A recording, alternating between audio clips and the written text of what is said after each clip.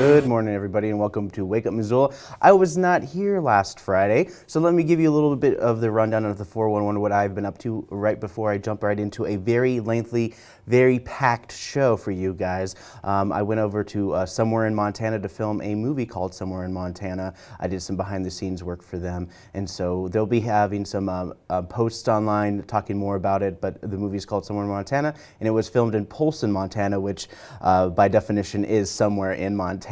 So you guys can check that out. They're going to have some, they got some grants to help make this movie, and they got some actors from across the globe, Scotland, New York, various other sources to get in this particular movie, so look out for it. I didn't contribute too much to the making of this particular film, but I was a part of it in some way, in some form, so that's why I wasn't here last Friday. So let's dive right into it. Let's get a little bit heavy. We're talking about Roe versus Wade. Roe was appealed. I leave for one show and this happens. The Supreme Court looked into Dobbs versus Jackson, the women's health clinic. This is the court case back in 2018, which propelled what would be the repeal through the Supreme Court. As a result, the case was used as a point to abolish what we knew as Roe versus Wade. However, the right of abortions will be at the state level, and so far 22 states have either restricted abortion or outright banned them as a result. Otherwise known, you've probably heard the word, the trigger laws went into effect. There's a couple other states that did some prevention, and some of the Supreme Courts in their states blocked any of these things, but unfortunately those are just temporary. The timeline, all this is kind of crazy, but it's also not really surprising. After Roe versus Wade was passed, a new generation of people were galvanized throughout the 1980s. You know, remember the time during Reagan, the young Republicans in a way, and in the early 90s were pretty radical, and lawsuits protected Planned Parenthood in the 1992 hearing. Around this time, groups would target those clinics, and we have some videos from the past, and this is when Missoula's Blue Mountain Clinic was set ablaze, and this is the video of some of the results after the fact. At 3:30 a.m. this morning, Blue Mountain Clinic was gutted by an arsonist's match. The fire destroyed our property and what remained of our sense of security in the Missoula community. How fitting that we too will announce today that these doors will stay open.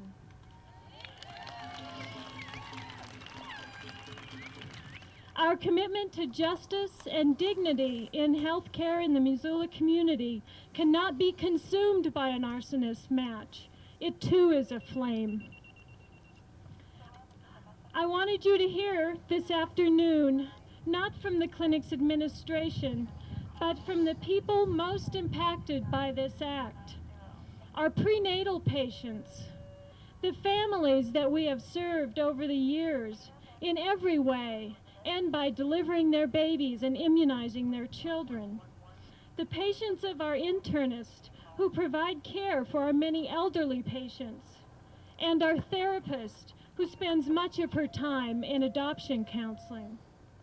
More than ever, it's critical for everyone to stand up and speak out for the right to make personal decisions in healthcare as a necessity and as a right for themselves and others. This kind of event cannot help but have an impact on myself and on my patients. I will continue in this setting to do everything I can to promote access to information and services and to provide care in the best way I know how. But if indeed this was a deliberate act, then it is worse than a crime.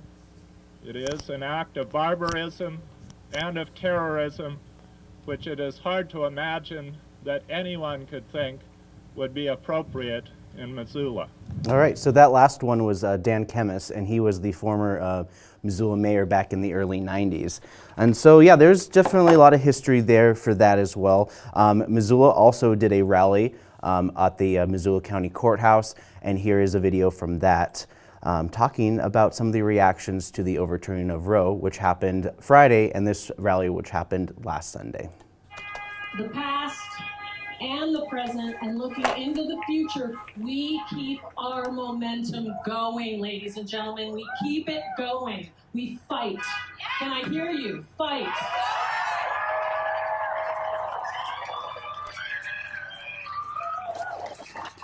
Right over here.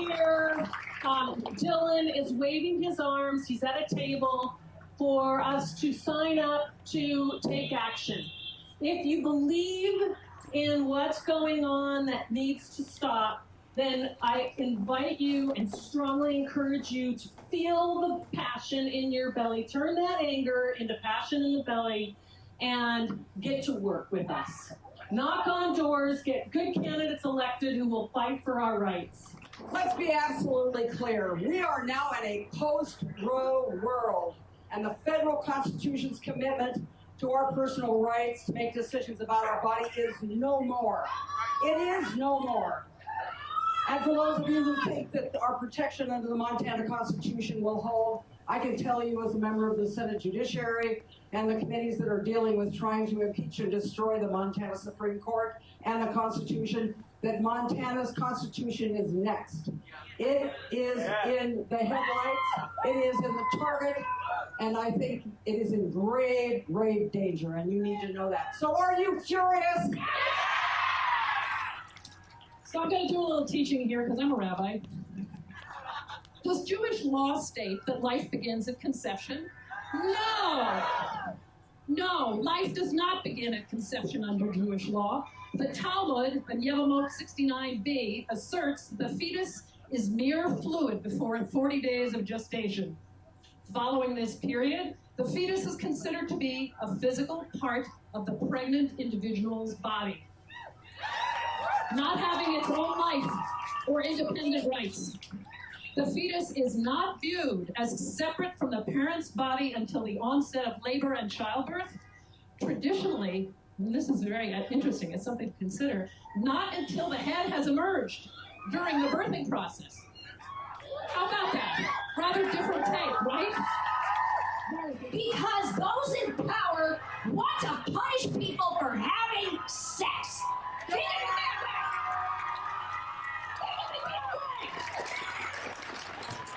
And for those who are coerced into sex, that is just ridiculous. The foundation of these people, of all these people who will be born, the foundation of their lives will be one of punishment.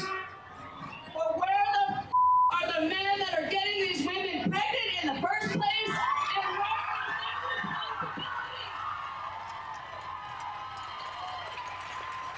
And where is their responsibility? Okay? I'm going to try to use nice words here, but I don't have very many left. I just want to say, no woman wants to live in a world we don't have the right to abort the baby, we don't have the ability to take care of, or we're not ready to have one. And it's sad. It's just sad that a gun, an object, has more right than a uterus. Missoula has always been a community that has supported the foundation that Roe versus Wade has built upon. And, it was, over time, the Blue Mountain Clinic had seen series of protests out there as well. You might have seen the 40 Days for Life folks, which, they were spearheaded by this little old lady who would stand outside there in the cold protesting the clinic. You may have seen them. I'm not going to get into the argument because people have drawn lines so deep, the wedge become deeper than the Berkeley Pit in Butte, America. But, the rally was held last Sunday.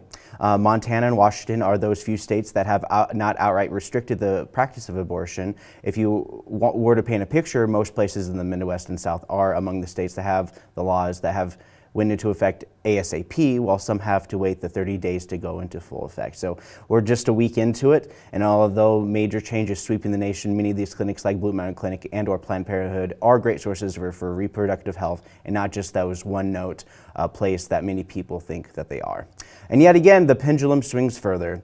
Okay, gas prices. The Biden administration is looking to get a holiday tax break, suspending gas taxes across the U.S., that looking to get relief. However, projections of the price drop would be about 16 to 18 cents per gallon. But for the most part, it would be a terrible idea, even among people within the Democratic Party and the Biden administration. Most of the gas taxes had a clear-cut idea. If you drive so much, you might as well contribute to the roads. So the gas tax was adopted to those with the foresight to use the money for basic road construction and maintenance. Anyways, this also kind of gets into a little bit more of my city council meeting, is because one of the big things during the budget for the fiscal year 2023, Mayor John Engen had a proposal saying that because of the money and through some of the grants that we've been getting, some of those money are not going to be available for the next couple of years, and our budget for roads have shrunk by $2 million for the fiscal year for the next couple of years. We're going to be dealing with a basically a shoestring budget when it comes to road maintenance and construction in the city of Missoula. But luckily, one of their saving graces is the chip and seal project. So those are a lot of things that are happening in and around the city of Missoula, but one of the things that are also happening in the nation that kind of went under the radar was further legislation in terms of gun control. So what happened recently is that so far they passed this new law which would give a longer period of time for those who are 18 to 20 years of age with access to their records if they have them. Red flag laws are also permitted to states that wish to enact them, which would basically tip off law enforcement to be able to do something in a preventative manner. The fact that states will get the power to dictate these red flags laws, and another big push was domestic abusers, aka the boyfriend loophole, they wanted to codify. So Jon Stewart actually gave a really good story about this, about gun laws and revealing gun violence is heavily related to domestic disturbances, domestic violence, that the cops have very little authority because many times the victim never presses charges against their boyfriend. So on and so forth. So domestic disturbance calls, according to Stewart, was the case of 40% of cop-related deaths on the job. They went into the boyfriend law, and it was clear that gun violence can be prevented through closing this loophole because a majority of cases are from domestic violence that escalates every time, and the cops can only show up to handle the situation, and not always. So anyways, the responsible gun owner, they will remain safe to buy, which was the main point of this bipartisan bill that passed and was signed into law. So many things are happening in and around the world, and we haven't really even spoken about Ukraine. There's definitely a lot going on there. They did a polling just recently, and they said that about more than nearly 90% of all Ukrainians don't want any kind of peace deal or secede any land to Russia. And so at this point, it feels as though that the Russia-Ukraine conflict is going to go on for quite some time. And now with Sweden and Finland officially joining into NATO, the U.S. also is going to be having some military installations and military bases in Poland. So there's definitely a lot going on in terms of that. I suggest you guys look that up, but I wanted to kind of make a point about Roe v. Wade and how Missoula has reacted to that. So up next, we have a clip from Marcus Aberman featuring at the Missoula Art Museum, followed by a promo for our summer camps, which will be kicking off in July, which is this month. We just kicked off in July. So here is some taste of some of the art that you guys will be seeing for your first Friday.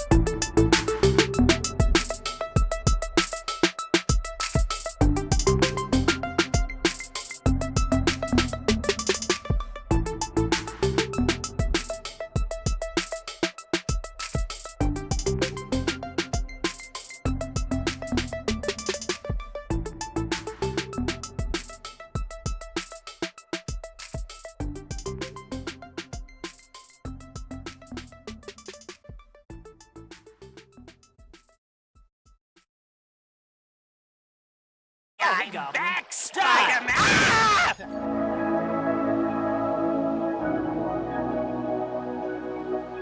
We're gonna go check these out now.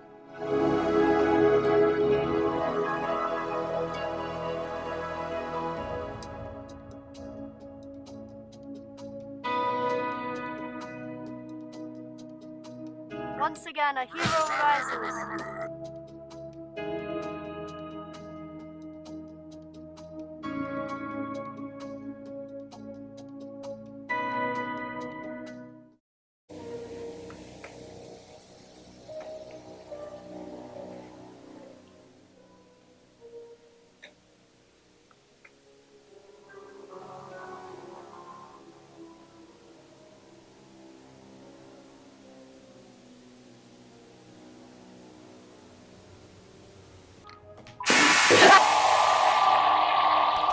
Hey guys, welcome back.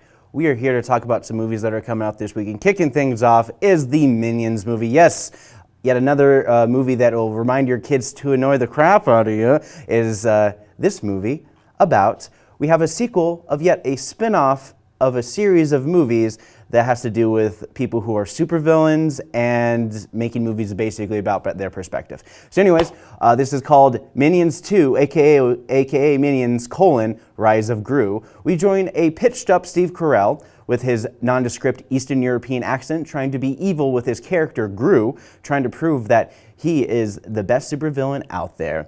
So basically what happens is he takes on a bunch of other supervillains trying to steal the Thing from the Thing, and then I guess the minions have to hold on to the Thing for him, and he has to decide whether or not these minions are actually worth keeping around and that kind of stuff. So I actually watched the first Minions movie and I'm like, okay, I guess so. And I guess the big goal was the crown jewels of England or whatever. Spoiler. So I'm assuming that this is kind of going to be along the similar lines because most of the time these movies have to do with like an item or object that everyone's trying to vie for, and then they get it at the end, and then he turns a corner and becomes a better person. But in a way, the whole point of the Rise of Gru is to make him the main kind of evil that he was supposed to be until he has the adopted kids. I know way too much about these movies. Moving on. Malcolm's List, yet another British movie that has British nobles in a Victorian era, which is for British Hallmark original movie. This movie probably has a guy or gal who is busy, body, nosy, good for nothing, trying to get people to hook up, but neglects themselves because they already know more than they need to know about the existing royals, just are the worst. But a mysterious stranger changes their mind and they fall in love with, you guess, the person, the main character. The skepticism, the nihilist, and love and stuff like that. Victorian era movies are like the Hallmark movies for British people. Moving on, we got this one, which is a documentary. This movie sounds like a series story about injustice of somebody who is tattled on for being a spy and spends the bulk of his talk saying that he was framed and such. Yeah, where did I... Yeah, that's the right movie. I guess I just put it out of order. And then we got this movie, Hot Seat. Mel Gibson, he's in this movie.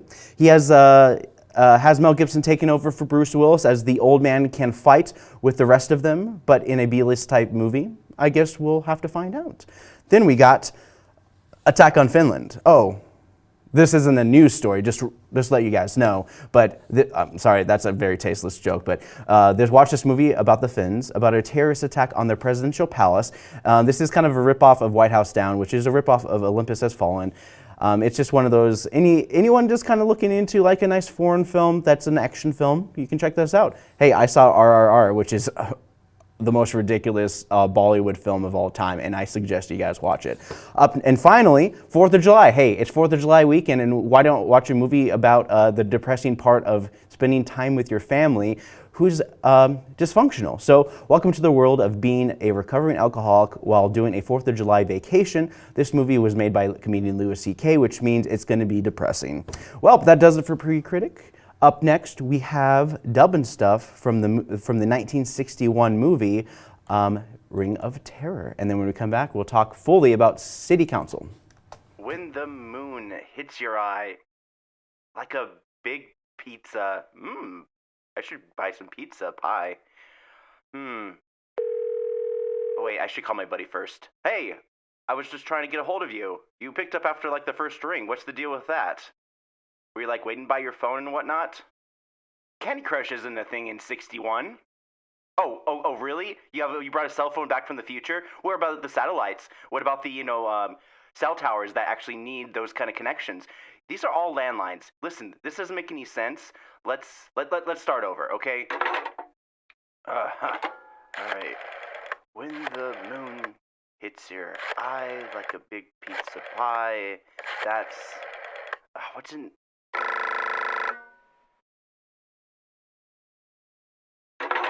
Hello? Did you really just pick up the phone after the first ring again? Are you serious about this? How dare you? Okay, relax. I'm only calling to ask a couple questions. First of all, are you happy with your long-distance service? And would you like to switch up? Maybe you can save up to 10. What is this, some kind of scam? Are you trying to trick me? What is going on here? This movie's called The Ring of Terror. Is there a Thomas Bateman? I hang up now.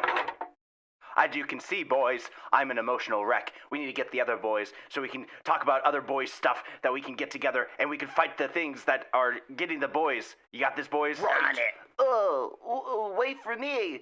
I don't want to catch a chill.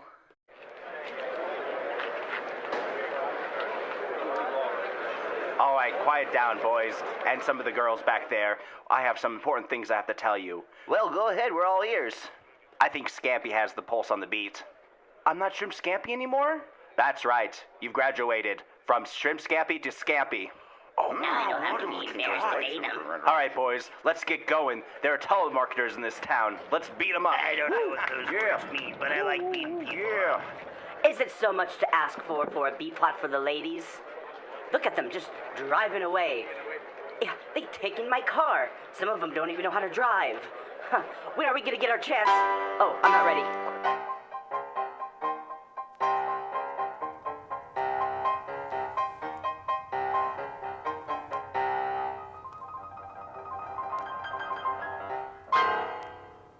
All right, we got a lot to get through for your city council. Let's kick things off. One of the biggest things that happened for Monday night's meeting was Grant Creek. This was the final consideration to rezone the Grant Creek area for higher density housing.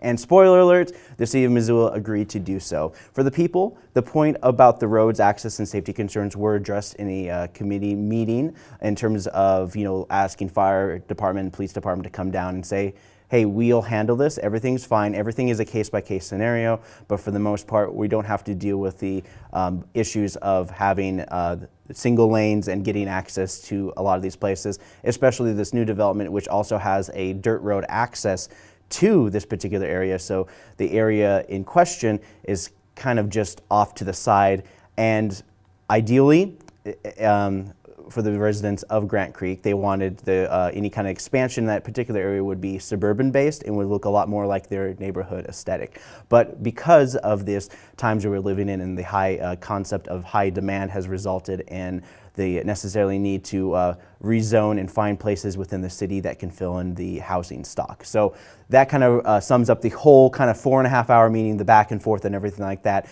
But Liam Seymour, Missoula Tenants Union, talks about our Missoula and the ever-growing city of Missoula. So this is what he had to say during public comment on this particular subject.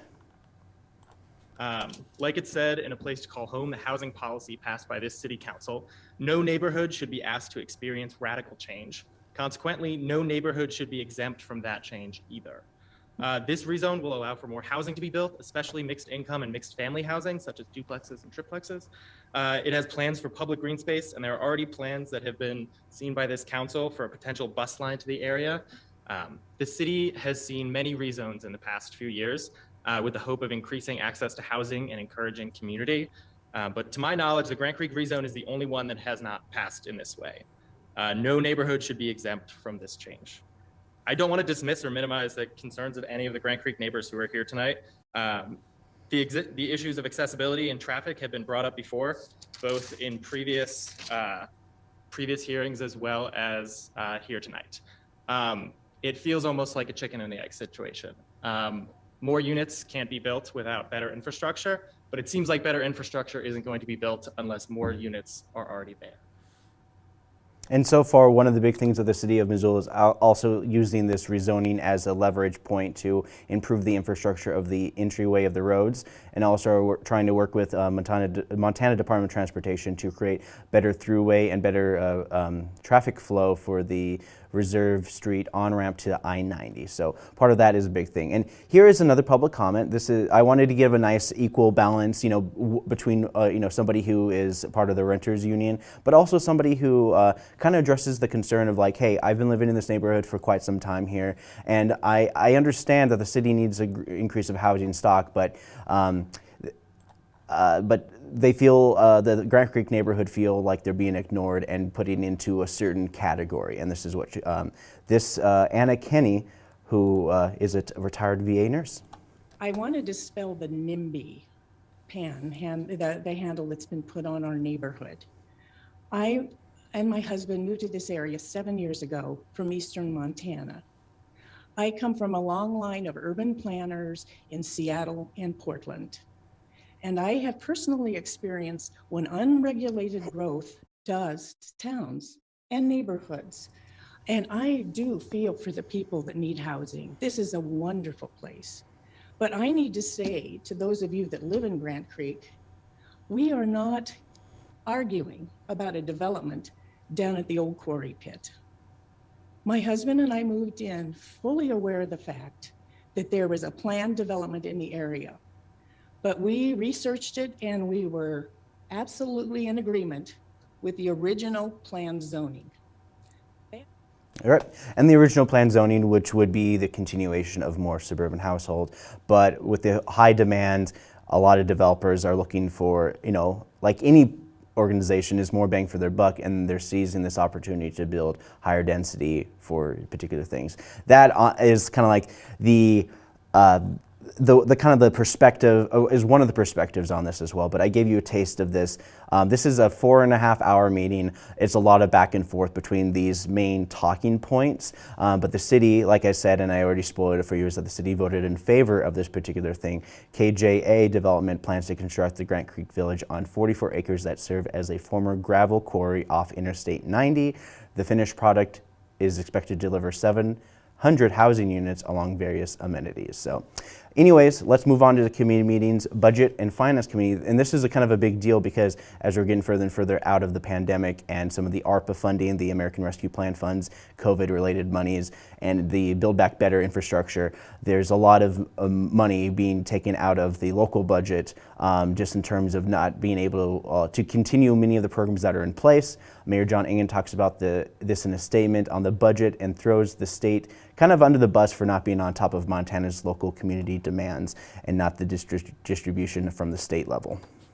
How do we responsibly ensure that we're meeting expectations for essential city services and pay for new necessary programs that reflect our values and our desires to serve a growing population of residents who are unhoused and suffering from behavioral health issues and addictions, all the while making sure that Missoula is a place that's simply not too expensive for the middle class to thrive.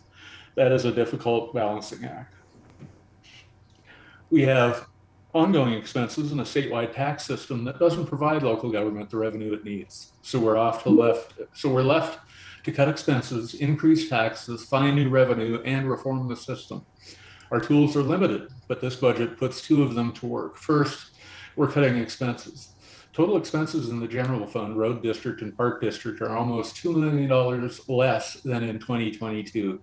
You know from your own experience in life or business that you could always put another person to work and increase productivity, purchase a new piece of equipment that doesn't require extra maintenance just to keep it running, or to open a new line of service to address a growing community that frankly won't get done unless we do it.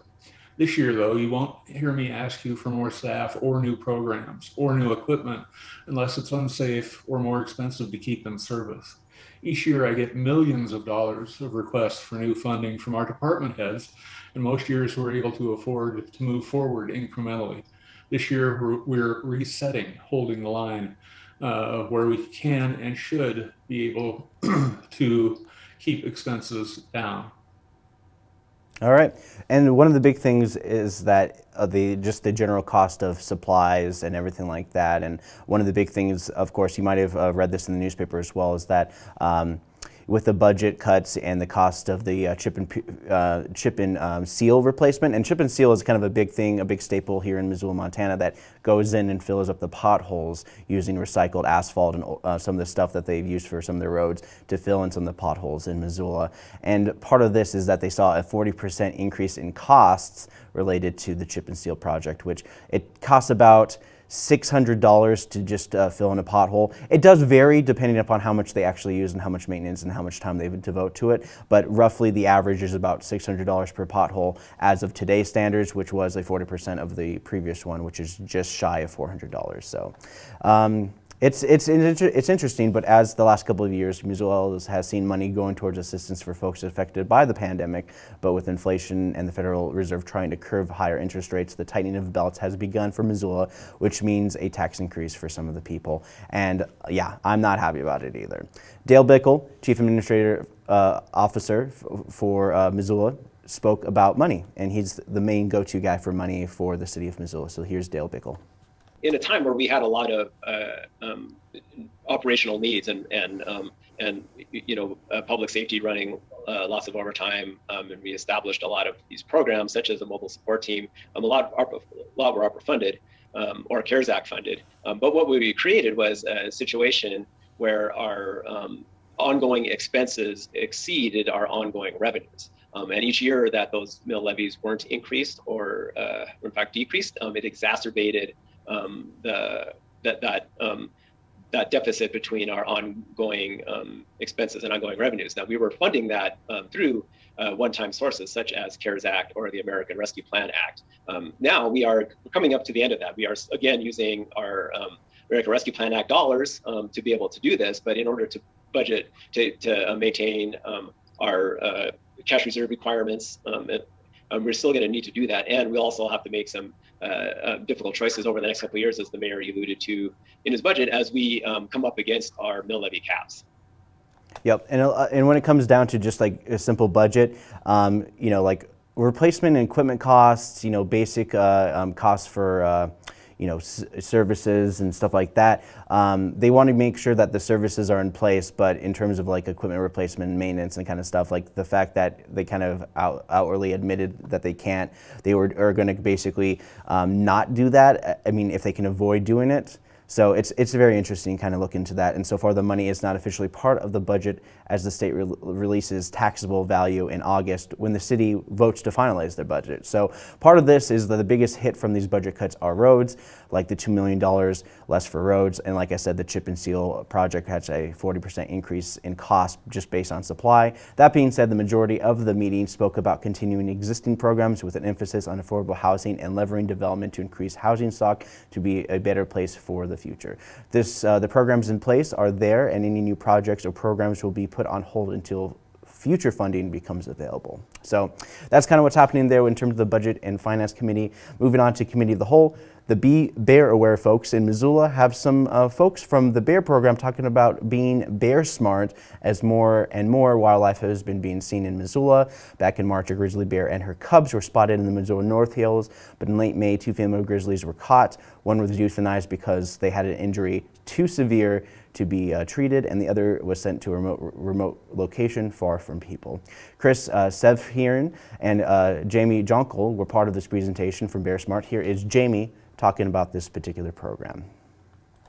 So just some new stuff since last night. We had a grizzly show up in the Potomac area, tipping dumpsters and cans. So we're in the process of monitoring that situation. I believe that same bear was over in Kramer Creek just the other day too. I'm waiting for a picture to verify, but it sounds like that bear spent a little bit of time over at Clinton, Kramer country, and then headed back to Potomac.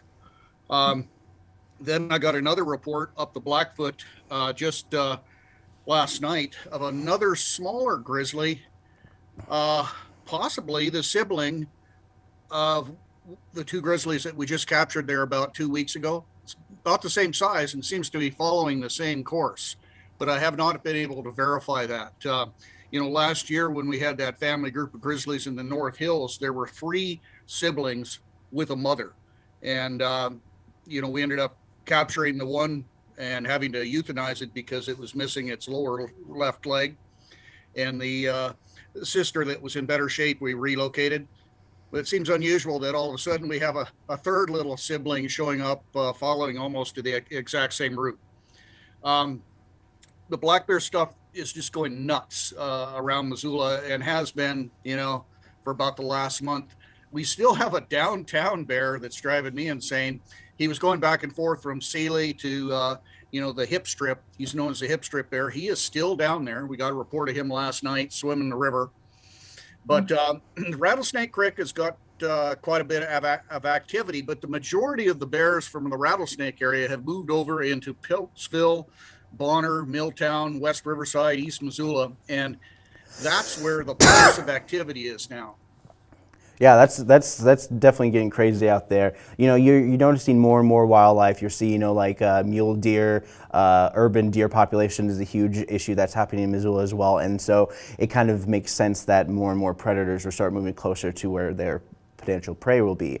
And not to mention, one of the big things is that they're trying to figure out best ways to help manage it, and bear managers have had to kill bears that have been habituated. So that's the big word. Habituated basically means is like don't feed the bears and don't have the bears feed from the trash cans. So they're either being fed by our food, either through the waste or unprotected food. And so far they counted 20 bears in the Hellcat Canyon. Mind you, this is the black bears. Jamie suspects that we'll have bears going down into the valley the further the summer season goes on. So Chris Severin, working with the Missoula community, talks about what the sources of these bears issues are coming from, and this is what he had to say. They no longer think that bears are the problem. The real problem is people, and people not doing the right thing and being sloppy with their garbage, feeding birds when they don't need to, and all the things that people do that bring bears into conflict. And, Jamie and Fish, Wildlife, and Parks, they spend about $50,000 a year in and around Missoula to manage all these conflicts. It's an intensive effort. Jamie essentially works 24/7 from when the bears come out and until they go back. And the solution, some people think, is to call Jamie and then get the bear out of there. Come and get this bear, he's in my yard. We want to go beyond that. We want to go beyond just killing the bears and shipping them off somewhere. We want to come up with solutions that prevent the problem from happening in the first place. There you go. So that's kind of like what's happening within the bear population and just a lot of different things. And some of the solutions was the city has very little say in how Missoulians actually deal with their trash. Some cities have some major regulations. Some places, like, you're always supposed to have trash on the outside on the curb at all times. Some places you're not actually supposed to bring your trash into your garage because the bins are owned by the garbage company. And so there's a lot of weird kind of things going on there with other cities. Missoula is very laissez-faire, according to these folks from the Bear Smart program. The big takeaway was the city needs to get the city of Missoula involved with greater care at the level of Montana Fish, Wildlife, and Park, because the Humane Society is pretty busy, and like they mentioned before, Fish, Wildlife, and Park, in terms of bear management, costs the state $50,000 to deal with Missoula's bears alone in all those incidents. So that's kind of what's happening there. One of the big things is the big takeaway is that, Republic Services offers a bear-proof garbage can for those who are worried about getting there.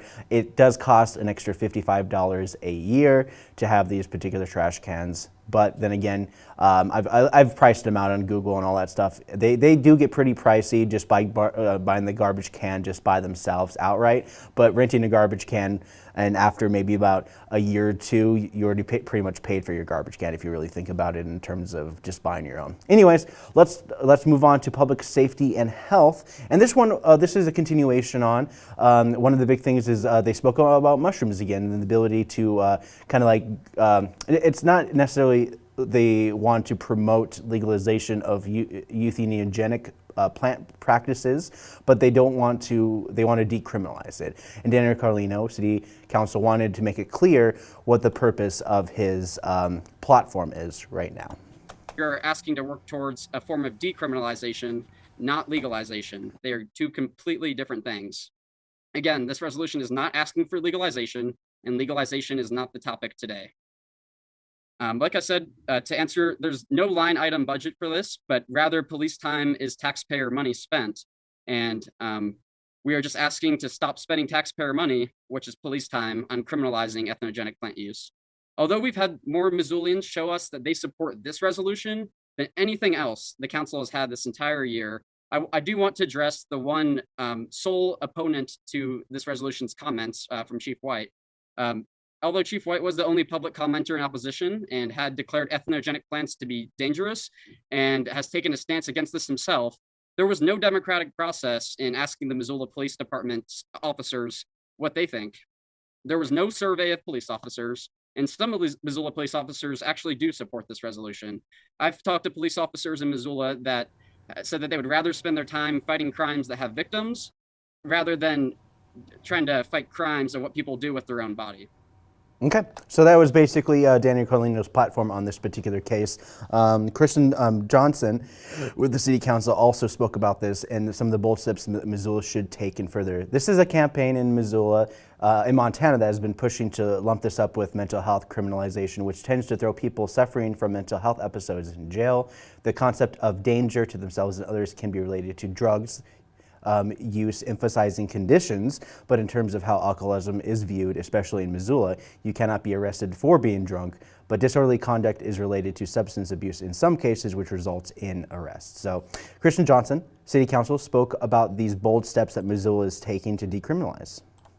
And this is a bold movement for us to take. It is a bold movement because it does upset a few people, but it's the right approach when it comes to supporting people who have mental health issues. And it's also something that Missoula City has done in the past as far as making value statements. And I just am really passionate about this work. Daniel's done most of it. Actually, I'll just throw out props to Daniel, but I really support what's come out of it. And I would ask you folks to really think deeply about what it is that really bothers you about this, if you do have something that bothers you, and whether or not it's going to cause more harm to our society or less harm. Okay, so that was Kristen Johnson giving her 2 cents about this particular topic. They also invited people from the Missoula Health Department, and a lot of it was just like, hey, we don't have as much information on this particular thing. Leah Fitch-Brody, Health Department, spoke about how these drugs compare to others. We have one of the highest per capita of dispensaries in the country, in our city. So we have 52 for a county population of 121,520 people. The Public Health Institute recommends 1 for every 19,000 people, and it would only recommend 6 dispensaries for a city of our size, and we are way past that.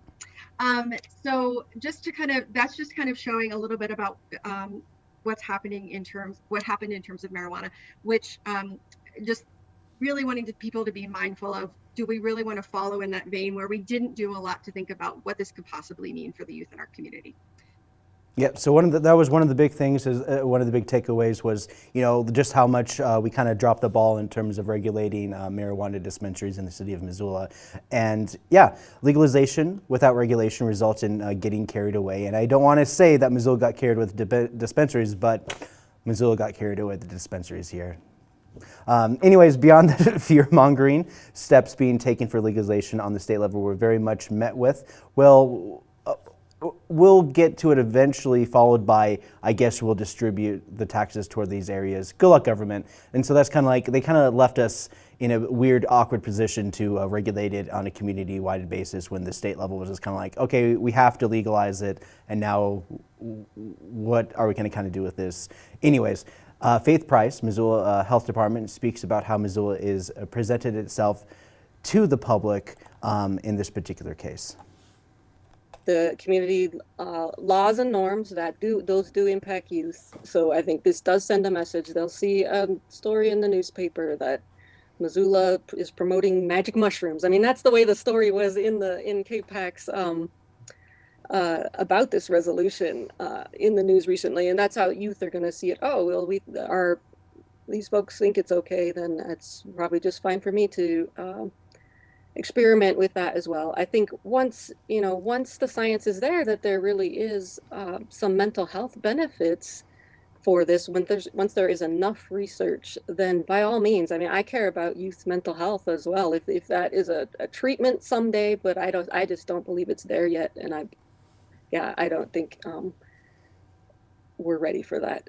I don't think it's there yet. There's not enough science, and neither does the FDA or the NIH. Okay, and so that was kind of the position that the Missoula Health Department were in as well. And then one of the folks, Sandra Vasica, City Council, spoke on this a little bit further and kind of contextualized how this can be a misunderstanding to some of the things that she has said in the past as well through City Council. First of all, this is just decriminalizing this. It's not making it legal. There are a lot of things that are legal for adults. Alcohol, tobacco, they're legal for people over 21, and yet the youth still use them illegally. So I think that's up to the parents to have conversations with their children about that. The government's already made those stuff illegal, so and it's still being used illegally. So I think that we can draw some similarities with that. I guess, so I am in support of this. I'm one of the most influential thinkers in the history of classical liberalism, John Stuart Mill. He famously wrote, "The only purpose for which power can be rightfully exercised over any member of a civilized community against his will is to prevent harm to others." From what I've heard throughout these days of discussions is that criminalizing the use of these plants is harming more than it is not harming. So I have to be in support of this, and I will gladly vote yes for this. Okay, so the whole point of this particular meeting was to say that, hey, we want to make a statement for the city of Missoula. Is like, we don't want to waste people's time by throwing people in jail for tripping them on mushrooms, essentially. And so overall, this item will also be put on hold for about 6 months, through which they will come up with some more information and a plan to gather more information on this, because on the national level, you know, the concept of shrooms, psilocybin, ethnogenic plants are not quite there yet, just information-wise. They're you know, like marijuana, THC, and all that stuff has been something that's been a huge staple in a lot of other communities across the nation for quite some time. You know, like you have movies that kind of popularize it and everything like that, but then mushrooms are such a huge taboo topic just in general that, you know, bringing this up just right here and right now has been kind of like, oh, wow, that's kind of surprising. And of course, you know, it's easy to misinterpret to be like, oh, they're probably promoting the use of magic mushrooms. And yeah, this is a kind of like a more of a clarification here. But for the most part, we won't be hearing about this for quite some time, and I'll probably talk about it some more when they bring it up in the next meeting or so. Just, it's interesting kind of seeing how Missoula is moving with this. But anyways, I do have another art clip for you guys, and you know, I'm trying to fill this show with some art clips because it is First Friday, and when I come back right after this art clip, we're going to talk about some of the art that is happening in and around the city of Missoula.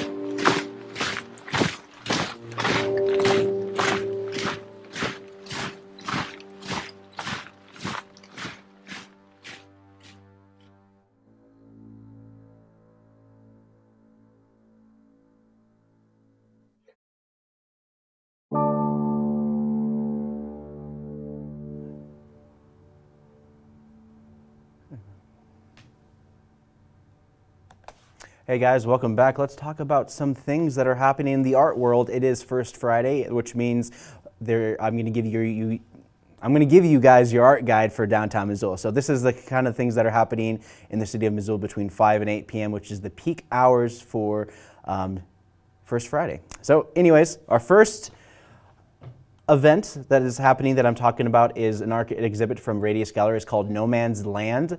the library. This exhibit of exquisite photographs by Missoula's own Marcy James is a celebration of books.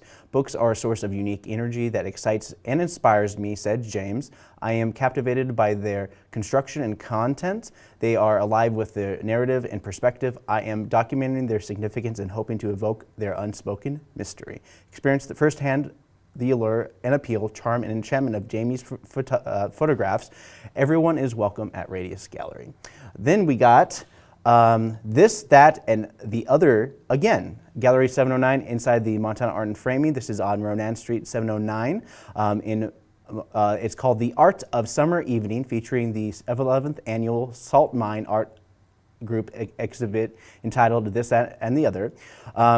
New works by Bev Gluckert, Caitlin Mallory, Edgar Smith, Karen Rice, Kathleen, and Stephen Gluckert in this exhibit will be up from July 1st through the 28th with a reception which will happen from 5 to 9 p.m. tonight with refreshments, music, also showing original relief print covered pencil flower and posters of Carol Hofnagel, digital prints and collage by Peter Kiefer, as well as the prints of Nancy Erickson, George Gogus, Bob Hawkins, Walter Hook, Dennis Kern, and Dennis Sloan. So there's a lot of great stuff happening there. And, 709 Art and Framing has always been a great place for a lot of art. And, they're not located in downtown Missoula, but they have a great shop just off of Ronan Street, and they're off of the bike trail. Up next, we got Jay Kreider. This is the opening reception at the Artist Shop. This is happening, the paintings in this series will have been created from references, photos from an iPad. This person, Jay, said that they like the iPad because they can zoom in all the way and see the intricate details. It's not photorealism, but every rock, branch, and shadow from the photo is in the painting, and the show is running all month long, and it's going to be at the Artist Shop. Finally, we got a little taste of Todd Forsgren, and he did The World is Round, and he uses photographs in this exhibition to convey a roll-licking series of experiments with traditional and digital photography in seven parts, encompassing hundreds of photos. Fergren said, "These parts represent different threads in my studio practice that seeks broadly to understand how we come to terms with the abstract ways of thinking about landscape." He branched this in a series of reflection on photography as both the medium and the sociological tool. These images are playful attempts to integrate nature and nurture, and they hope that they can act as riddles to reconsider perceptions and preconceptions about the globe landscape. So this is what's happening at the Missoula Art Museum. And without further ado, here is an art clip featuring Todd for World is Round.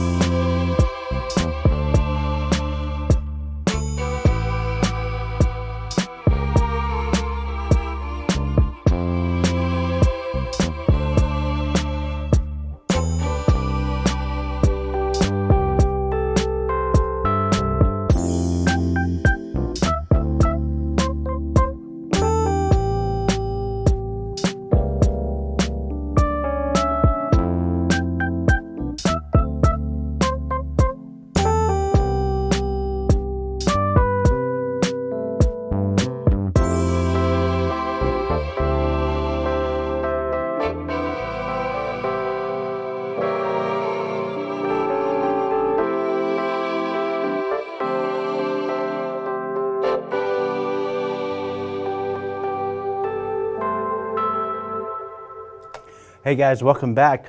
we have about 5 more minutes in my show, and I wanted to kind of wrap things up by talking about some of the events that are happening this weekend besides the first Friday. If you're interested in coming to the Missoula Public Library, here are some of the following events that you guys can enjoy. We got some Tiny Tales and Story Time at the library happening at 10:30 a.m. Spectrum Discovery open hours is from 10 to 6 p.m. Always having something going on there. Great hands-on activities for a lot of kids interested in learning about science. And then also, Missoula Food Bank does free lunches all summer long on Monday through Friday, 11 to 2 p.m. You must eat there, but if you leave the facility, you can leave with a nice boxed lunch, and this is free for anyone who's 18 and younger, and it's a free meal, part of the Missoula Food Co-op program. So Yarns and Watercolor is at noon today on the 4th floor.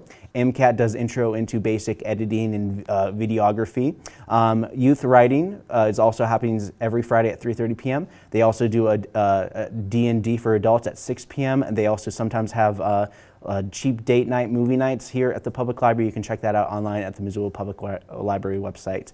And so that's kind of what's happening there. And one of the big things that have consistently going on well until this weekend is the Arlie Powwow. So if you guys want to go check out the powwow, this is the 122nd annual Arlie celebration. It is the premier and annual celebration of the Salish and Pendo Orel tribes. I'm sorry if I mispronounced that. Sponsored by the Confederate Salish and Kootenai Tribe Nation. The powwow includes drumming, singing, dancing contests, gambling, food, arts and crafts, and the big July 4th parade. So that's what's happening there. And also tonight, as well as throughout this weekend, is the, actually no, that's happening kind of like a one night only, and this is part of the MCT. They do a bunch of camps with kids, and this is going to be Snow White and the Seven Dwarfs, and MCT, Missoula Children's Theater component of it, is doing a performance at 4 p.m. and 6 p.m.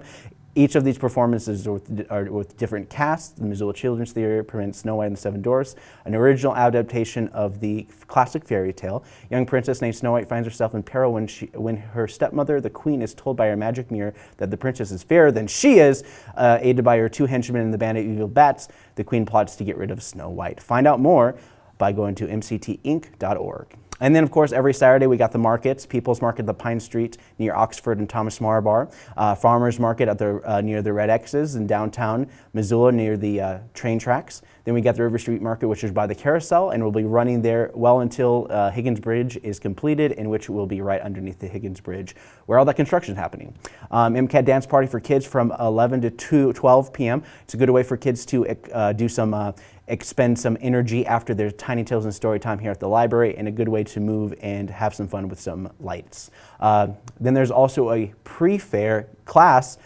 Missoula Public Library is partnering up with the Western Montana Fair, is bringing new arts category to the fair exhibition. Altered books. Stretch your creativity by giving new life to a discarded book. Paint, cut, and sculpt your book into a 2D or 3D design using an abundance of provided art supplies during this open work time, and this is starting at 2:30 p.m. and it goes to about 4:30 p.m. and it's going to be upstairs on the 4th floor in the Cooper Room. You basically go up the library, go up the stairs, and then once you reach the 4th floor, take a right and keep walking. All right, so that's kind of what's happening there, and I have a little bit of time for some 4th of July celebration. One of the big things is that 4th at the Fort. So Fort Missoula is hosting a 4th at the Fort, which they do every year starting at 10 a.m. and this goes until about 4 into the afternoon. Some early morning kind of 4th of July celebration for family fun. This is their 46th annual 4th at the Fort celebration. Live music with Smith and McKay all day. Sasha Bell Band and bases covered. Old-fashioned children's games, food and truck and cold beer. Historic steam run sawmill demos, antique engine displays, activity booths hosted by various groups, arts and craft vendors, miniature ponies, model railroad designs, wagon rides, and so much more. And that's what's happening there.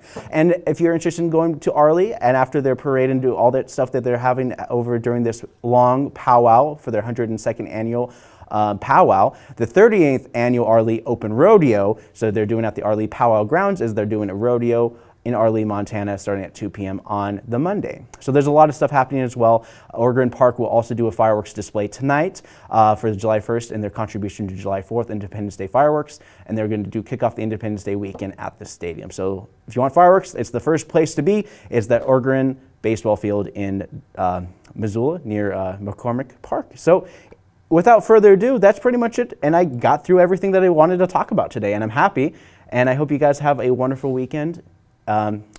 It's 4th of July weekend. Time to party.